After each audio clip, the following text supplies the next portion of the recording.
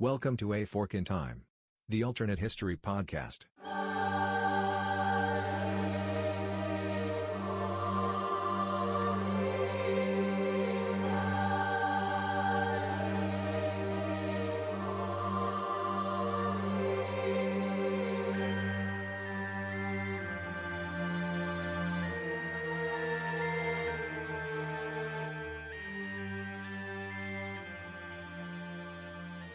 Welcome back to A Fork in Time. This is Don sitting in the host chair again. Today we're going to be trying something new here on the podcast, and we've been doing that a lot lately as we continue to look for different ways to bring variety to what we do and to the format. Many of you have enjoyed the episodes where Brant Frost has joined us with his insights into alternate forks in time, and in particular bringing unique and detailed alternate timelines. I mentioned before, and I'll mention again, I think Brent ultimately has a future as a writer of alternative historical fiction because the detail that he's able to apply to the timelines as he thinks them through, often well down the road and often in a lot of detail that we recognize in people that we recognize in different roles. So Brent has prepared an outline for a different result of what might have happened following the 1844 U.S. presidential election. And so what you're about to hear now is a recording that Brant provided me of that timeline. Runs for about 10 minutes and goes in some detail for a period of time moving forward. So what we're going to do on today's episode, I'm going to provide that timeline to you, get it out there in our community and in our space, specifically for folks to reply back. So we'll set up a special link on the show notes here, or if you go to our to the webpage at www.aforkintimepodcast.com, you will find an easy link there to provide feedback to this specific timeline. And what I'd like to do is encourage two things from our listeners. Provide feedback on whether you think Brant has the right idea or the wrong idea about how things would have flowed forward with as much detail as you want to provide there. And if you'd like to participate maybe on a future episode where we bring Brant on to discuss this timeline in more detail, that gives you a chance to review it and then be part of that show. So the idea here is with today's episode is to get the timeline out for you to consider and to be thinking about, with the whole idea of actually producing feedback on that timeline, either back through the website and most likely with a future episode. So without any further ado, here's Brant talking about what might have happened if Henry Clay had won the 1844 U.S. presidential election. Hope you enjoy. The 1844 U.S. presidential election was among the most consequential in American history. Had history gone slightly different and that election winner been Henry Clay instead of James K. Polk, you may well have had many people who are listening to this broadcast right now listening to it in another country. That's the subject of our scenario today.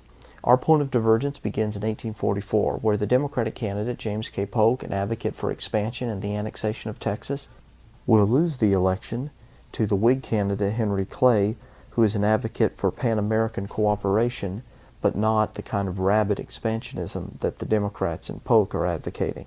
As President, Clay will work to strengthen the relationship with Texas, but when an annexation proves unsuccessful, he will be content to form a strong alliance with that nation. In 1848, Clay will retire as president, having been successful in accomplishing a settlement with the British over the Oregon Territory and having attempted, although unsuccessfully, to annex California through a purchase from Mexico. In 1849, Lewis Cass will become president and support Texas in the Mexican-American War, where the United States will, rather than annexing Texas directly, support them and fight alongside them in that war, gaining as their share of the spoils when victory is won in 1852, the northern half of the province of California, with the southern half going to Texas. Texas now will have a republic which stretches from the Gulf of Mexico to the Pacific coast, including all of the territories that we know today as the state of Arizona, New Mexico, the state of Texas, and the southern half of the state of California, plus Clark County, Nevada. All of this will become the modern boundaries of the Republic of Texas, with the borders remaining intact until the present day. The Republic of Texas remains neutral during the American Civil War, although its sympathies lie with the South. After the war, many Southerners leave the South and move to Texas. in search of a republic that was more suited to their worldview and economic practices. As a result, many Deep South states become strongly Republican, including South Carolina, Mississippi, and Louisiana, with Georgia, Alabama, and Florida becoming swing states. Republican Rutherford B. Hayes will win the 1876 presidential election without the need for a special compromise or electoral commission, and as a result, Reconstruction will remain in place through the 1880s.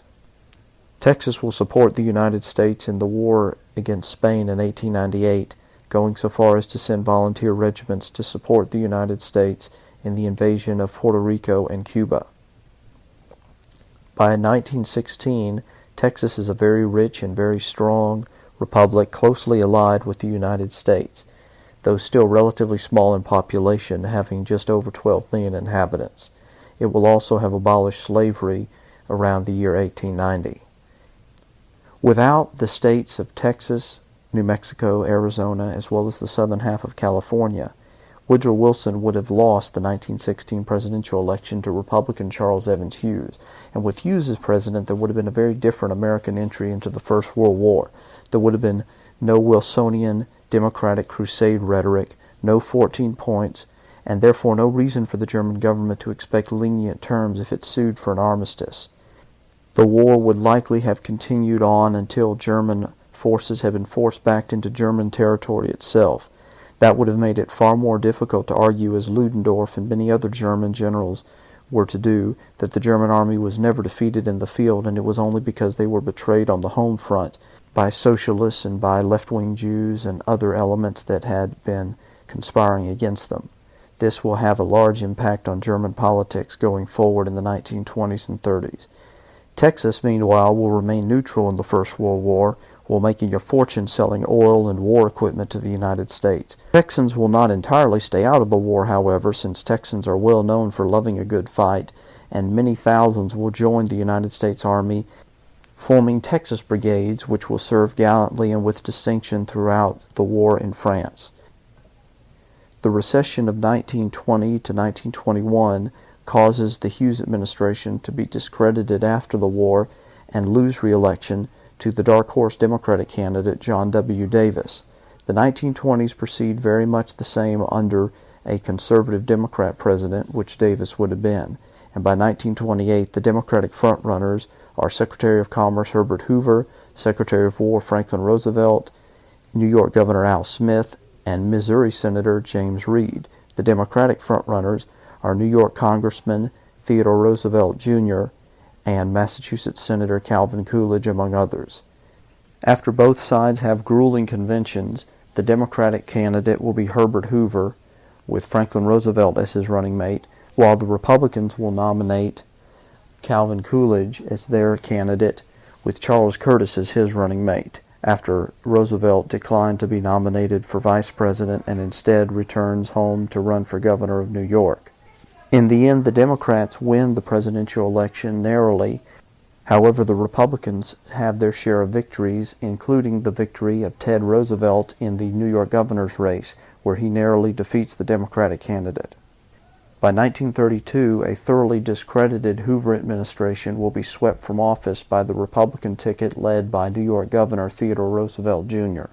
The 1930s will see a recovery of the U.S. economy under the Roosevelt administration, and the New Deal, which a combination of conservative Republican businessmen and progressive Republican legislators put together under the Roosevelt leadership. By 1940, Ted Roosevelt is ready to retire. However, the effects of the war in Europe cause him to decide to run for a third term. He will go on to win the presidency over Democratic candidate Wendell Willkie. Roosevelt dies in 1943 and is succeeded by his three-term vice president, Arthur Vandenberg, former senator from Michigan.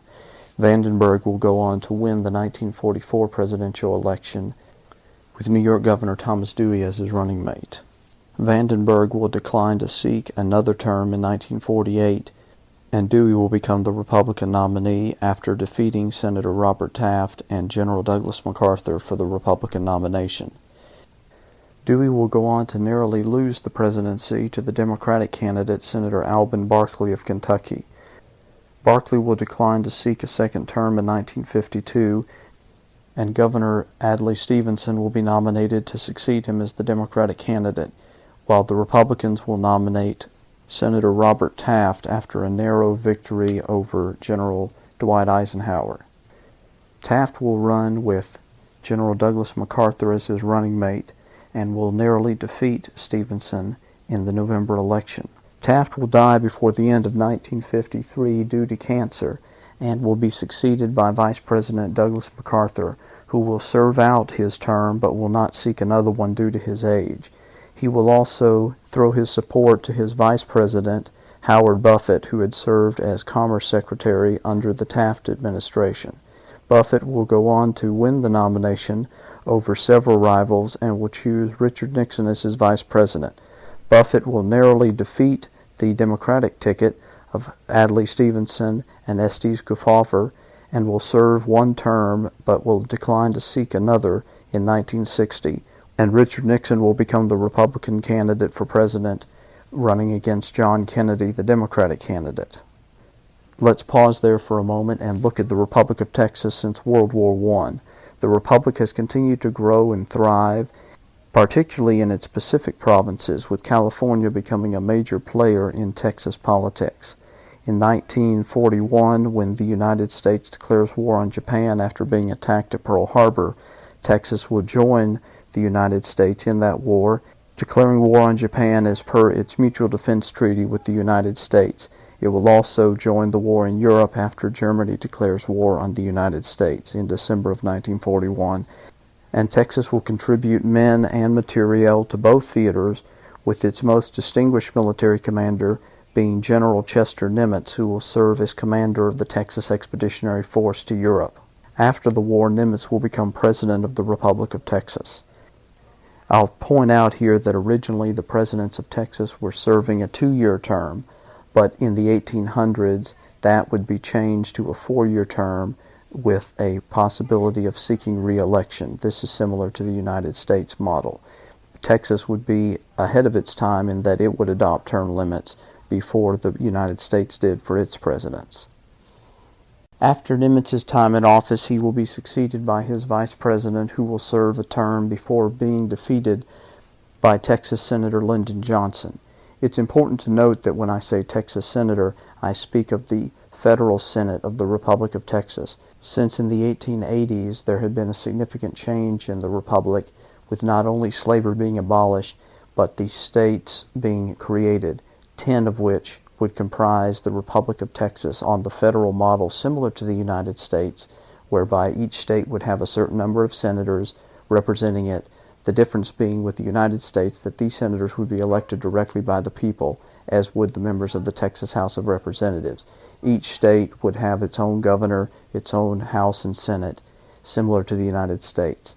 Lyndon Johnson would have been elected to the Texas Senate from his state and would continue to serve until being elected president in 1958 and re-elected in 1962 in a narrow victory over Arizona Senator Barry Goldwater.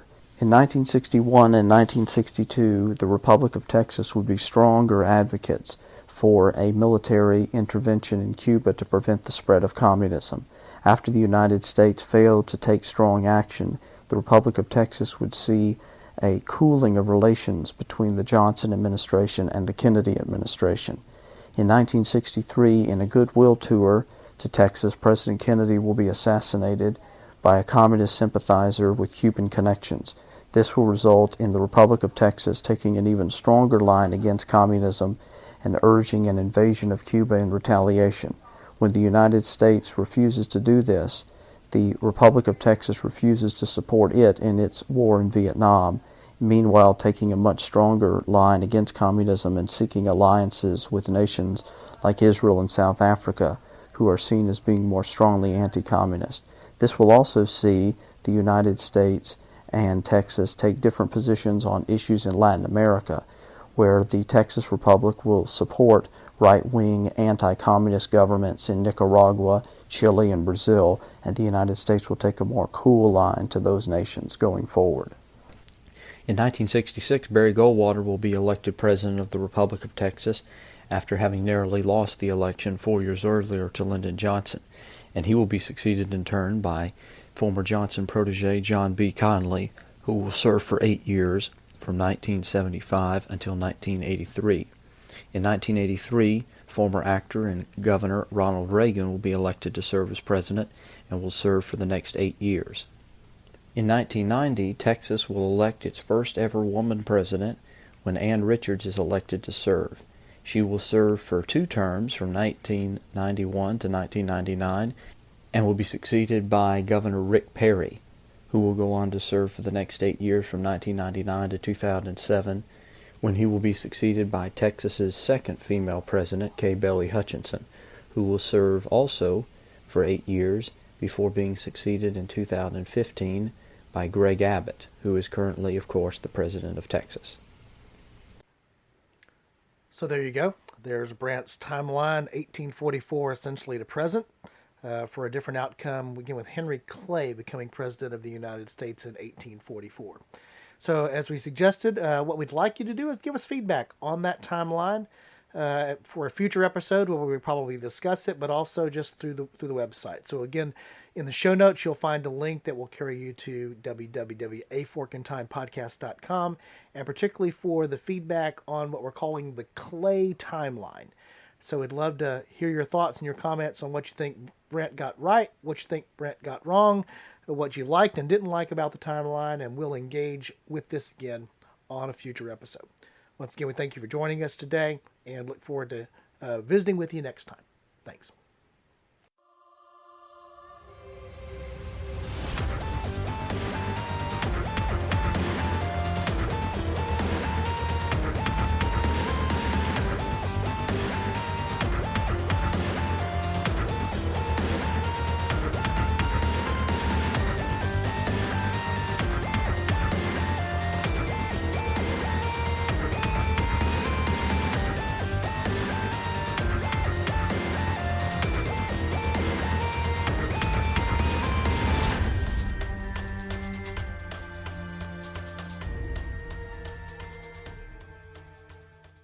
Thanks for listening to A Fork in Time, the alternate history podcast.